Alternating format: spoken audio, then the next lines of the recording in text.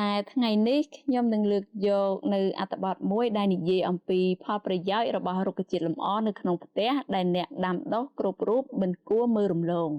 អត្ថប្រយោជន៍នៃរុក្ខជាតិលម្អក្នុងផ្ទះ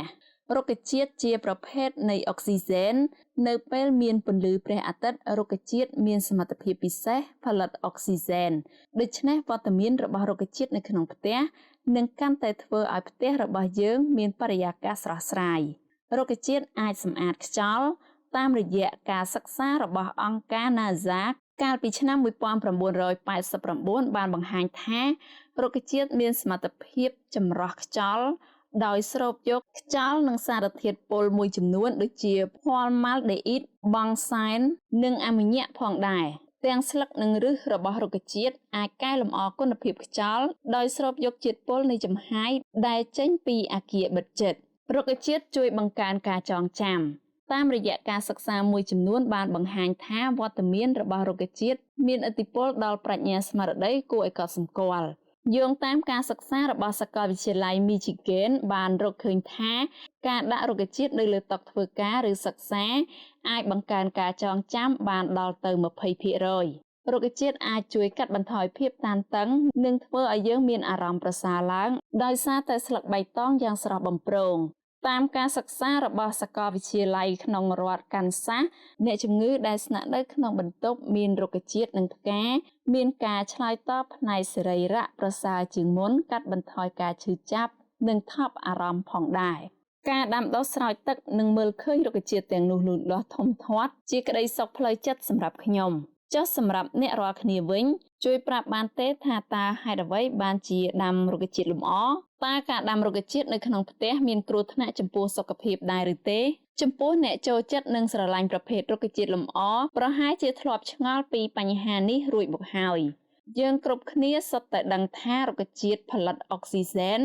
នៅពេលថ្ងៃនិងបញ្ចេញឧស្ម័នកាបូនឌីអុកស៊ីតនៅពេលយប់អញ្ចឹងតើការសម្រេចចិត្តដាំរុក្ខជាតិនៅក្នុងផ្ទះឬបន្ទប់គេងមានផលប៉ះពាល់ចំពោះសុខភាពដែរឬទេពិតណាស់កំហុសឆ្គងមួយចំនួនដែលអ្នកដាំធ្វើដោយមិនដឹងខ្លួនអាចនឹងបង្កគ្រោះថ្នាក់ដល់សុខភាពរបស់យើងបានកំហុសទាំងនោះរួមមានជ្រើសរើសរុក្ខជាតិខុសដំណើរការផលិតអុកស៊ីហ្សែនរបស់រុក្ខជាតិនឹងបញ្ឈប់នៅពេលយប់ក៏ប៉ុន្តែមានរុក្ខជាតិលម្អមួយចំនួនដែលមានលក្ខណៈពិសេសដោយអាចផលិតអុកស៊ីហ្សែនបានទាំងពេលយប់ផងដែរដូច្នេះការជ្រើសរើសរុក្ខជាតិដែលត្រឹមត្រូវជារឿងសំខាន់បំផុតរុក្ខជាតិនោះរួមមានប្រទាលពស់ប្រទាលកន្ទុយក្រពើដូងតឿអ័រគីដេនិងដើមរាសីជាដើមជ្រើសរើសទីតាំងខុសមិនមែនមានន័យថាក្រៅពីរុក្ខជាតិខាងលើអ្នកមិនអាចដាំក្នុងផ្ទះបាននោះឡើយ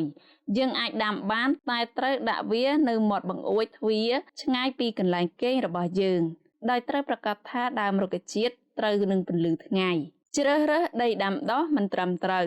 តែអ្នកដឹងទេដីដែលអ្នកយកមកដាំដុះមិនត្រឹមតែសំខាន់សម្រាប់រុក្ខជាតិប៉ុណ្ណោះទេតែវាអាចជាប្រភពបង្ករោគក្នុងផ្ទះផងដែរការយកដីពីទីធ្លាផ្ទះមកដាំដំណាំក្នុងផ្ទះ